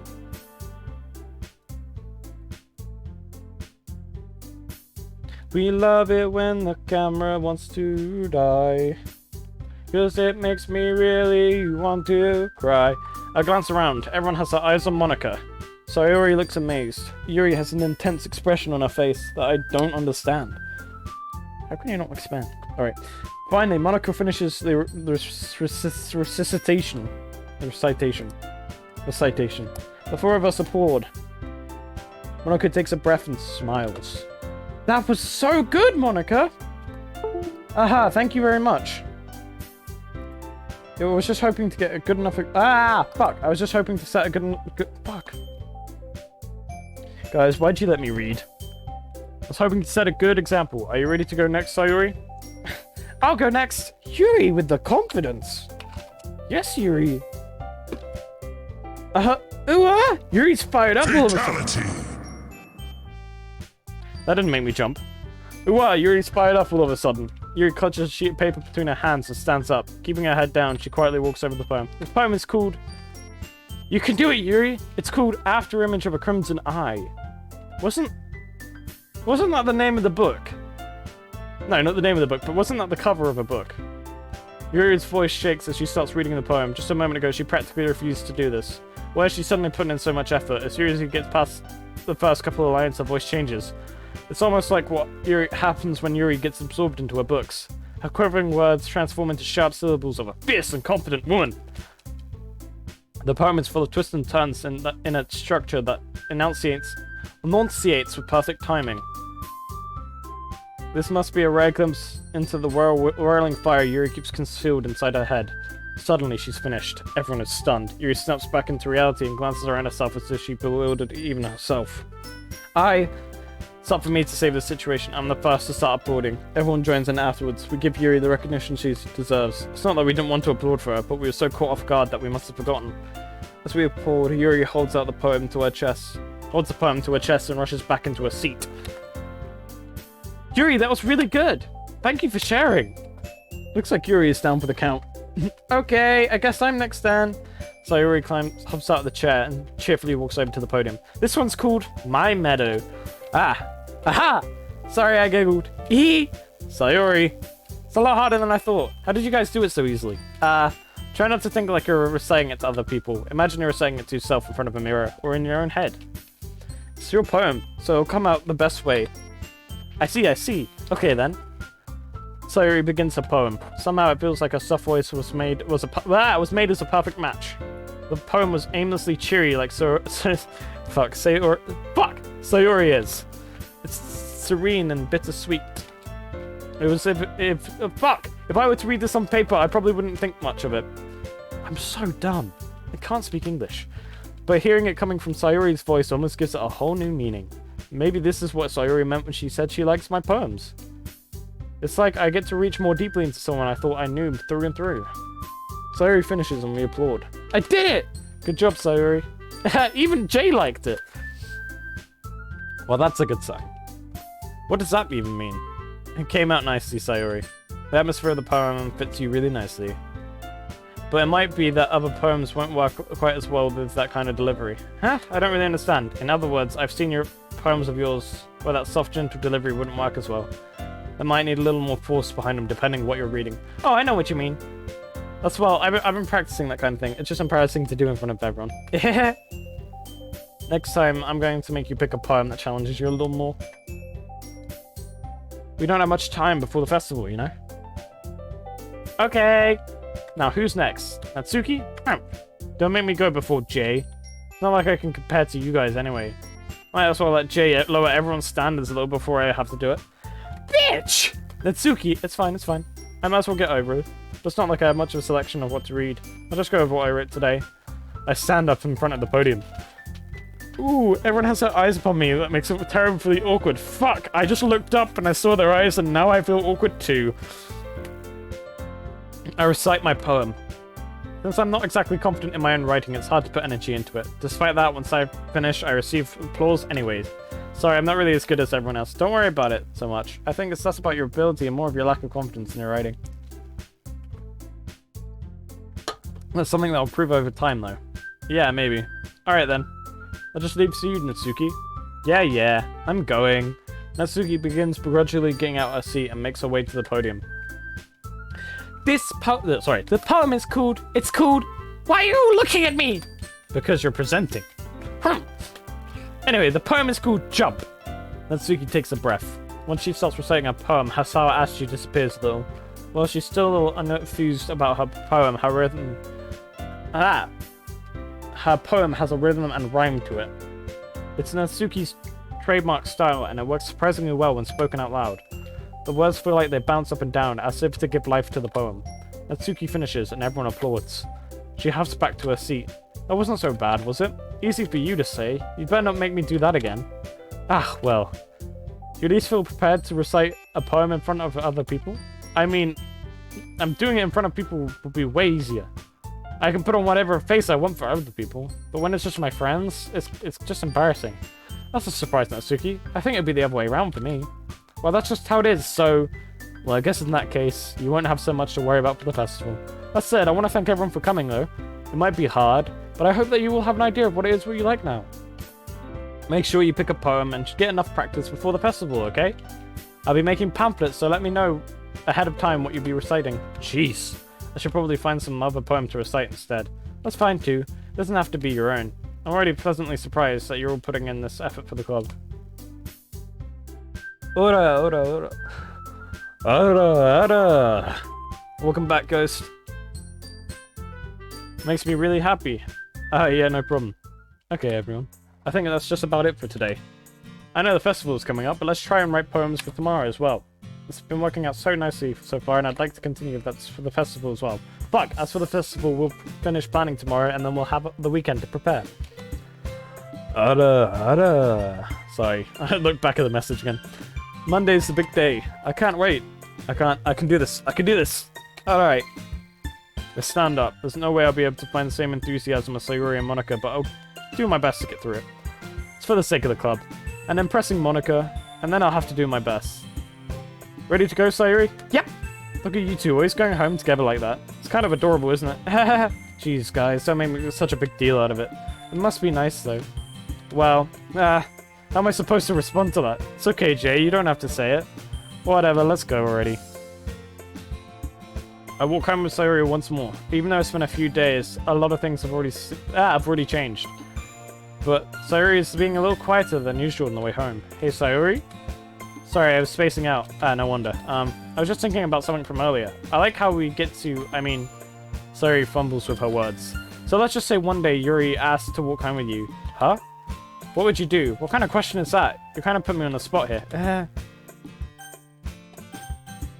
No questions. I'd walk home with Yuri, huh? Why does that thought make my heart pound? I mean, given how hard it is for a social, I'd feel awful turning her down, so... Isn't she so beautiful and smart? Yes! I mean, that has nothing to do with what I just said. Hi, you admitted it! Jeez, there's not even any point in speculating something that's never gonna happen. Well, maybe. I just like to think about it. So it's not long before you don't need me anymore, you know? Need you? Sayuri, I can't figure out how you're seeing things in your head right now. Sorry, Everyone is different. Nobody's in the club is a replacement for you. If you say so. Aww. Conversation trails off and I'm left feeling awkward. But it was kind of her fault for trapping me with such a weird question. I can't just lie to her, but there's something that makes her happy. I would hate to take that away from her. That's why I said there's no point in speculating. Then again, the festival is only a few days away. Who knows what will happen in that town? In that town? In that time.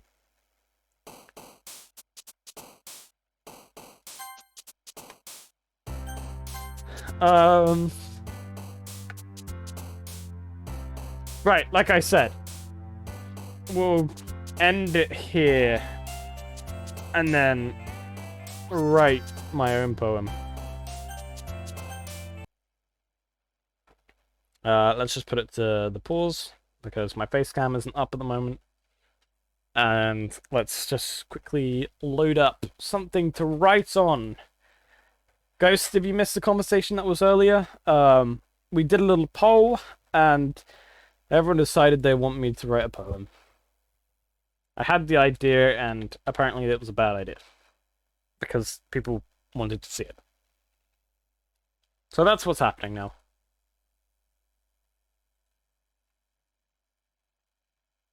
Alright, back to Streamlabs. Put it on main. We'll capture none of those. Fuck, I need a new capture for this. Window capture. Add new source. Document 4. There we go. That's now way too fucking big.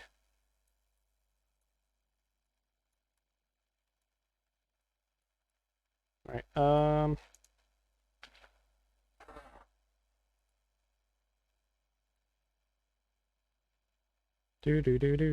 Poem! Yep. Poem time. Cool. Let's just crop out the top of that though, because I don't want it to be in the way. I want to be able to do it reasonably well. Let's go 200. Yeah, 200. That fits about right. Alright, and let's scale that to cover a fair chunk of the screen. We're also going to need some background music, aren't we? Of course we are. Of course we're going to need some background music. Oh, I'm terrible. View result. No, I didn't actually want to view result, weirdly enough. YouTube. OPEM. OPEM Sesame. YouTube. And then we need an inspirational soundtrack. So it looks like it's the Witcher 3 soundtrack yet again. I say it like I do it way too often. For the second time, because no one turned up to the Valheim stream. God. Terrible. Right. Okay. Intense music. Switching back to the document. Oof. We've got to pick the right font as well, you know. I mean, I don't think you guys can see the font. Oh, no, yeah, you can. I think as it's such a professional thing, we're going to need, like, Bell MT. No, that's terrible. It looks better on the thing. I think Times New Roman is going to be, like, the go-to. Joker, man. I fucking did too much of my old secondary school work in that. I'll show you YouTube, same as Twitch. Yeah. It's the same as Twitch, it's just Red Moonwalker.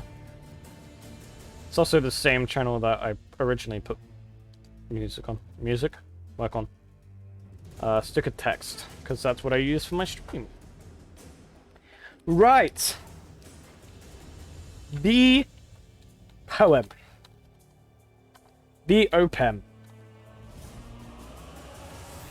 Right, what kind of vibe do we want? Probably... Down, down, down, down.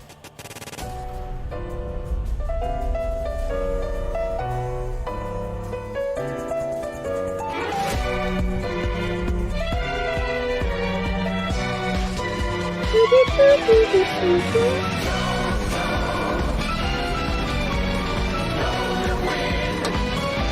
bum bum bum ba Joe Joe.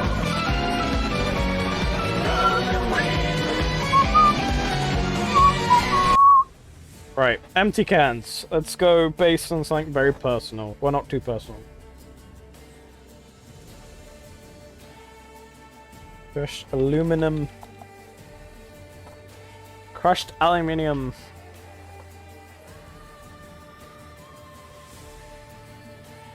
On a white plane.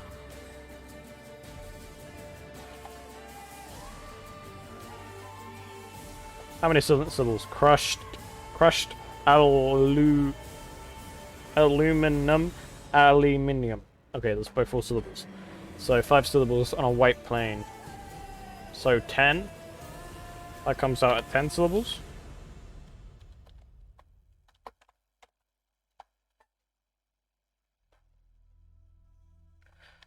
Moss residing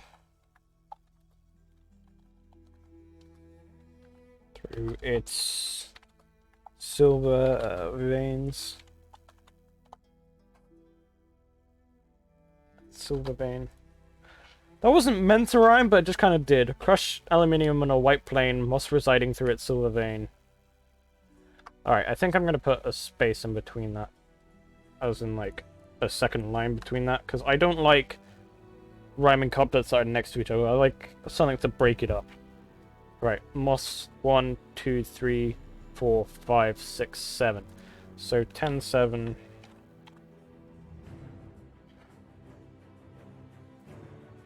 What color is it?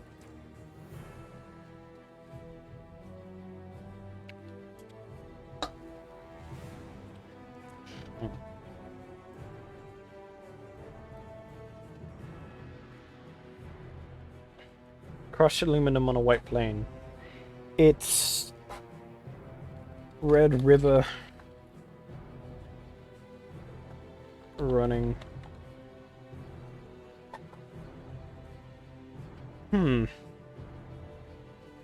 Running down its interior. Crushed aluminum on a white plane. It's Red River running down its interior, moss residing through its silver vein. It means that 1, 2, 3, 4, 5, 6, 7, 8, 9, 10. 10, 10, 7. So 7, 7. Burberry. Once again, it's me, MC Burberry. Alright.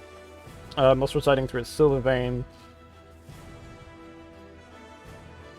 Interior.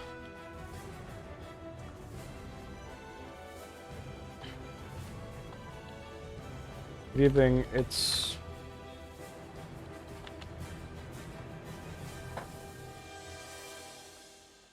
pale strength inferior. 1, 2, 3, 4, 5, 6. Inferior. Ah, fuck. Interior. Oh, wait. 1, 2. It's Red River running down its interior. So that's actually 12. I can't count. Leaving its pale. Pale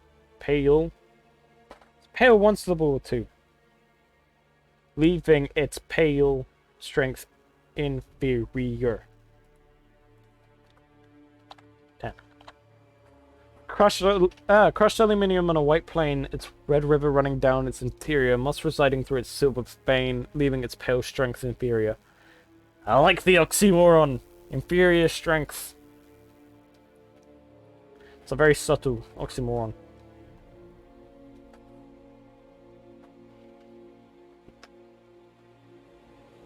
The life of the can is short.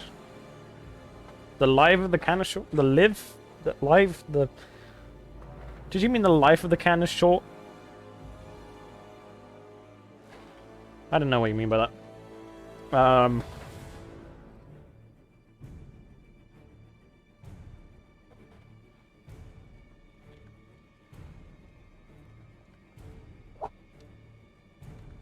The cold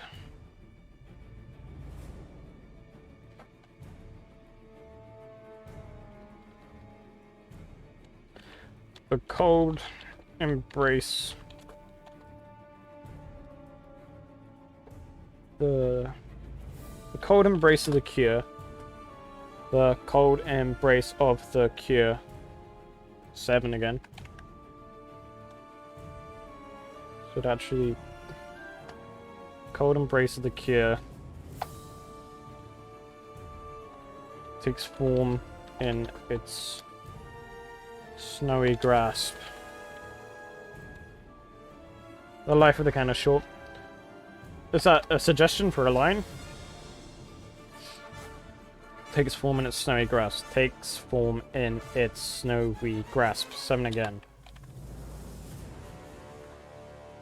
Takes form... cure... Cure.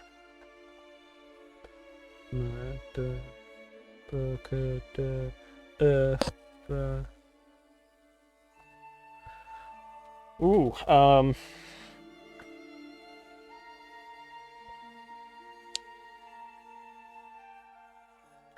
remain upstanding.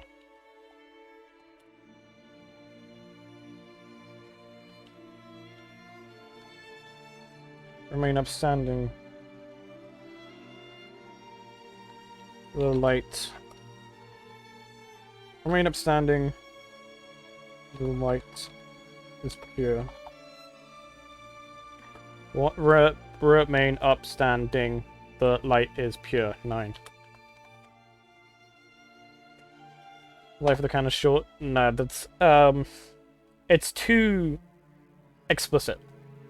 As you can see from the writing that I've done already, it's very implicit. Remain upstanding. The light is pure.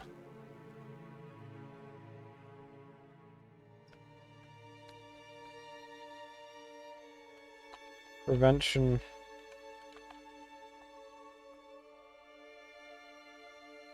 No, I'm still playing Doki Doki. This is just an extension of Doki Doki, essentially. The light is pure. Prevention.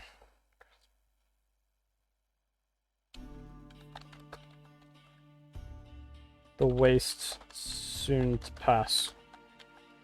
Grasp, pass. Grasp, hasp, rasp, sasp, pass. It's a half rhyme.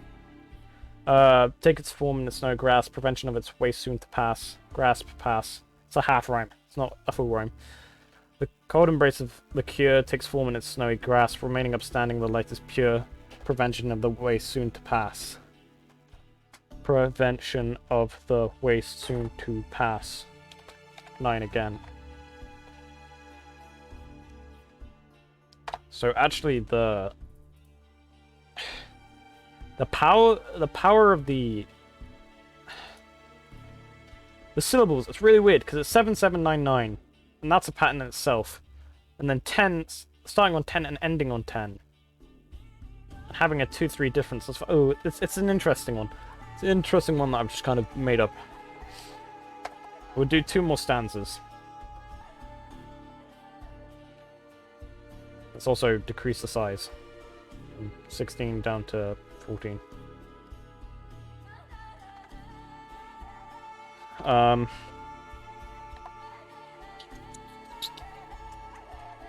Dark canvas shows bitter life. That's symbolic, but it's explicitly symbolic, and it doesn't actually match the theme. That line is an attempt to stay edgy whilst losing the focus of the actual intention of the poem. And Dark Canvas shows bitter life. It's very... it almost seems spiteful. And it kind of... It's supposed to... The poem I'm writing at the moment is supposed to have a bit of a scenery to it. Like crushed aluminum, you can picture that as mountains or rocks or whatever. Red river, river running through. Moss residing through its silver vein. you've got ore in that idea, and you've also got the grass being the moss. Its pale strength inferior is residing to the river, doing damage through its landscape, and it's also talking about the grass covering up the rock, because the rock is strong, but the grass is covering it.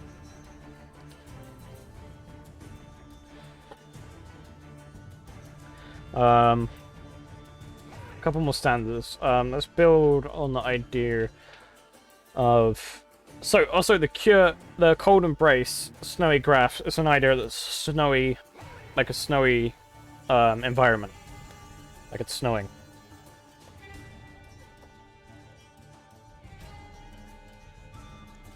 I've just realized something wrong with my stream. And that's actually gonna irritate me. No, it's not. No, it's not. It's fine. It's fine. I'm just dumb. Right, anyway. So I want to build on the idea of the sky. So it's already got the idea that the sky is pale, the sky is white.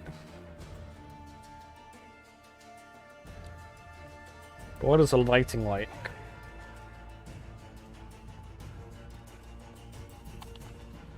Purple flickers throughout the land. So a very basic line just to bring color into the idea.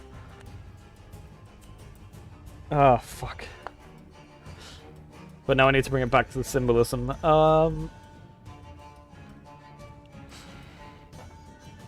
Purple represents royalty, doesn't it?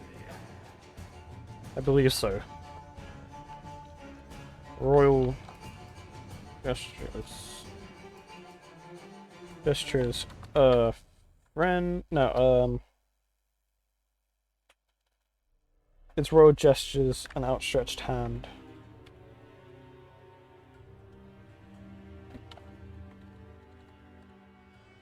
Already figured out what I was going to write there. Sorry, an outstretched hand. Snow Fox sips away from the danger. That's now becomes completely irrelevant to the idea that the deeper meaning. So I've got it quite explicit. Quite implicitly explicit that the idea of it's painting a picture of an environment, but the deeper meaning has nothing to do with Snow Fox. Slips away from the danger. No. Thanks for the idea.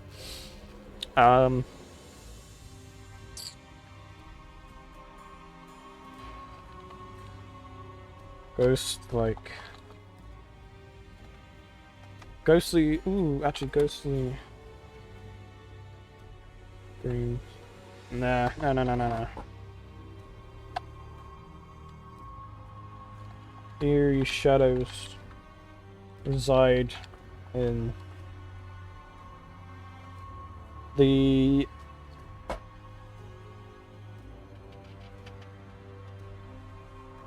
eerie shadows reside in the audio.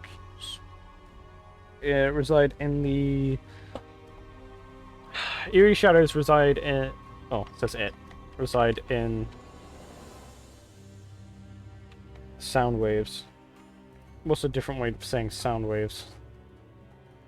Pardon me. Waves. Synonym.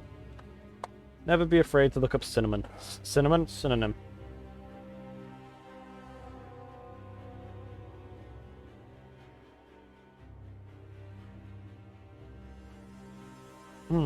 Actually.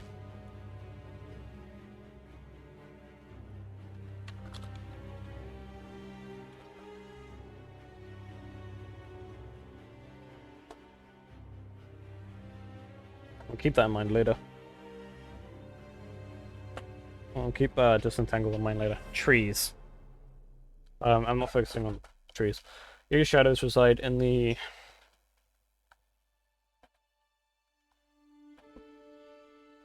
audio input. reside in the soundtrack. Its royal gestures and outstretched hand. So the idea is that... Hi, Soundshock. We're not quite finishing stream. We're finishing Doki Doki by writing a poem. And once the poem's finished, then I'll end the stream there. But hi, welcome back.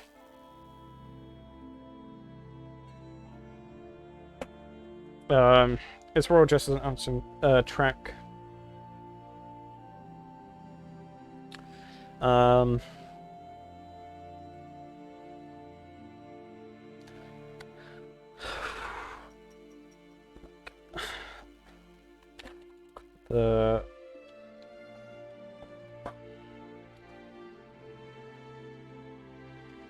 The faceless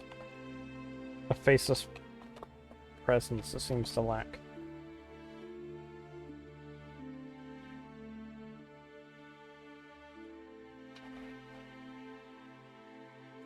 The faceless expression.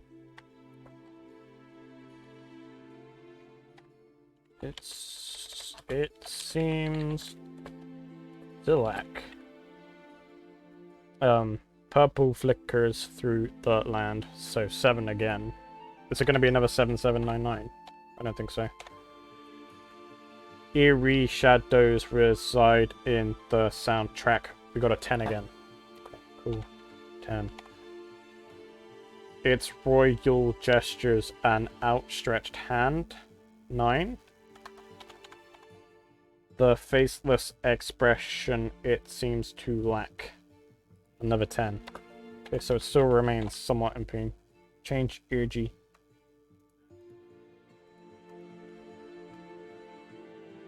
It doesn't actually give a suggestion.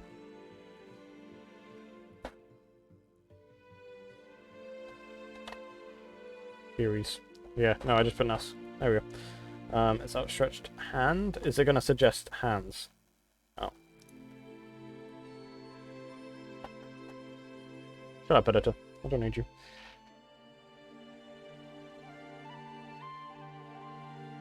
Alright, one final stanza. So it says this is wrong. I think this is American, so fuck you. And now I need to bring it back to the closer idea.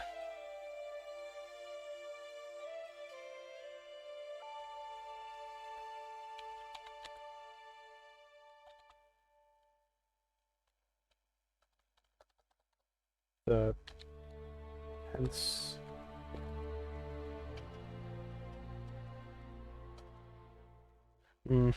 the glowing star.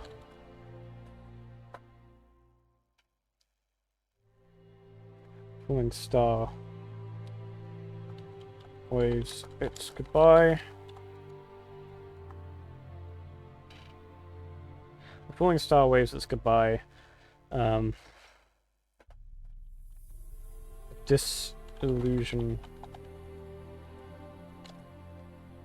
The disillusion of the...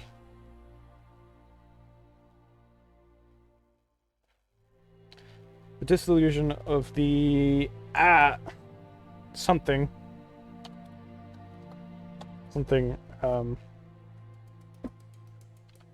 begins to disentangle. The disillusion of the scene. The disillusion of the scene.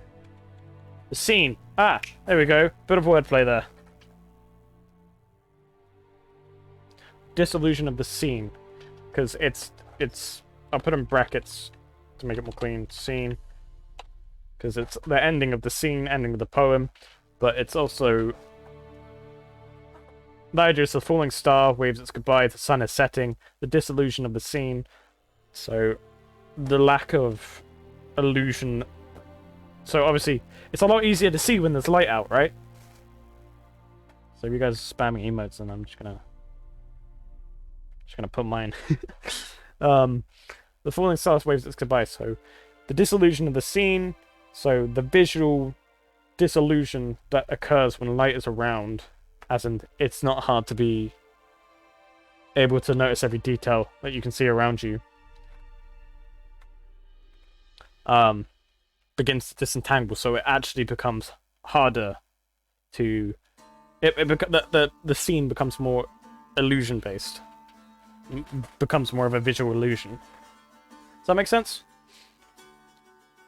I quite like that line. Goodbye, tide. Goodbye, sigh.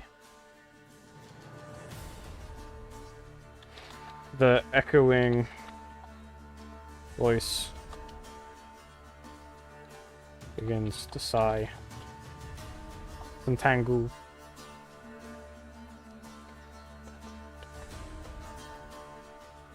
Angle.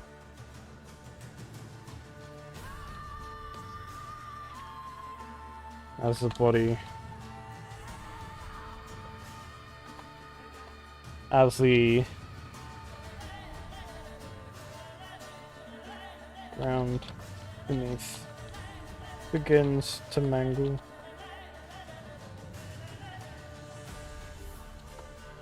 Right. The falling star waves its goodbye. That's another... that's an 8. It's a different number this time.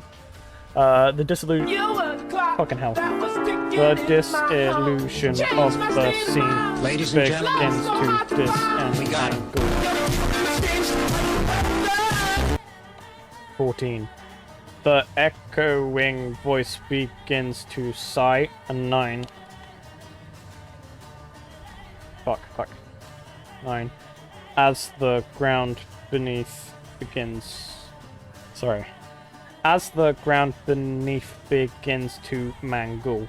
Ending on a 10 again. So, as you notice patterns with the numbers. 10. Starting on 10. Sorry, starting on 10. Ending on 10.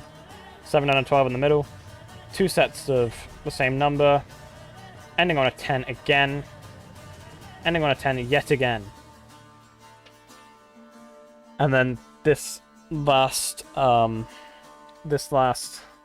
stanza having 10, 9, 8, 7, 6, 5, 4, 3, 2, 1. Like this last stanza having a larger number than the rest of it. I feel like it's more interesting. 8, 7, 6, 5, 4, 3, 2, 1. 0! Right. Empty Cans by me.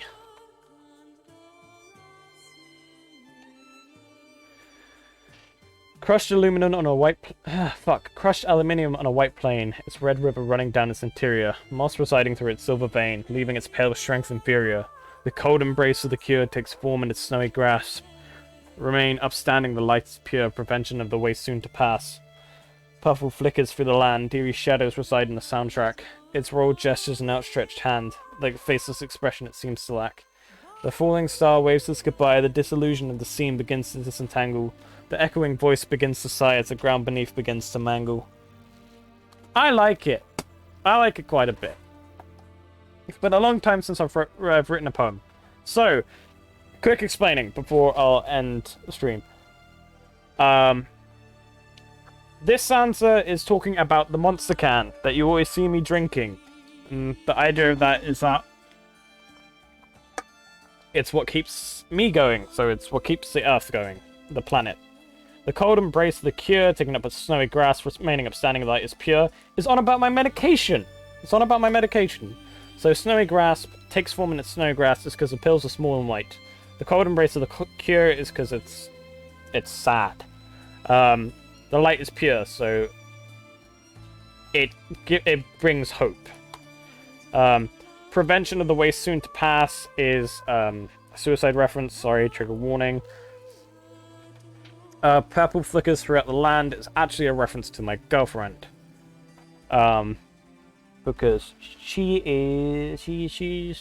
loves purple. Purple is her favorite color. And royal gestures is just referring not to her, but to purple. Purple is seen as a royal color. But stretches an outstretched hand is because Jess has helped me a lot. Eerie shadows reside in the soundtrack is the voices in my head. The faceless expressions seems to lack. Is that there's no like visual expression to what goes in my head. Falling star waves its goodbye is just saying the end of the poem. So the falling star obviously referencing the sun, just being a little more poetic by putting the falling star instead of the sun. And the idea that it's falling is like, oh, well, the sun fell, like properly fell if there was gravity in space and crashed into something. That'd be the end of everything. Like I explained, the disillusion of the scene begins to disentangle. Is that at night my thoughts become a lot clearer to me. I start to understand things more, and I start to piece together some of my own feelings more. As the echoing voice begins to sigh, it's because things are clearer, I tend to actually get more upset in the evenings. So the echoing voices in my head begin to sigh because I start feeling low. Alright, goodbye for now. I have to make dinner now. That's okay, buddy. We're just ending stream in a minute. Have a good dinner, though. Bye-bye. As the ground beneath begins to mangle. That's a self-harm reference. So yes, very deep. Very, very deep. And I'm actually going to keep it, and I might put it places. I quite like it a lot. So that is done. Right. Now this is where we end stream. Sorry, guys. I know you liked hearing the story. Good poem. Thank you. Thank you. Appreciate it. But let us raid a channel again. Because it's always fun to raid channels. Let's see who's... You've done this before? I used to write poems in secondary. I used to write, Mr. Council, who was my teacher, used to get me to write a lot. And he wanted me to enter competitions. So. Right, we're gonna raid Jack again, because Jack saved me, so the least I can do is raid him again. I mean, that's okay, just join the raid, boy! I'm gonna head to bed. Night, Hammy, but come join the raid.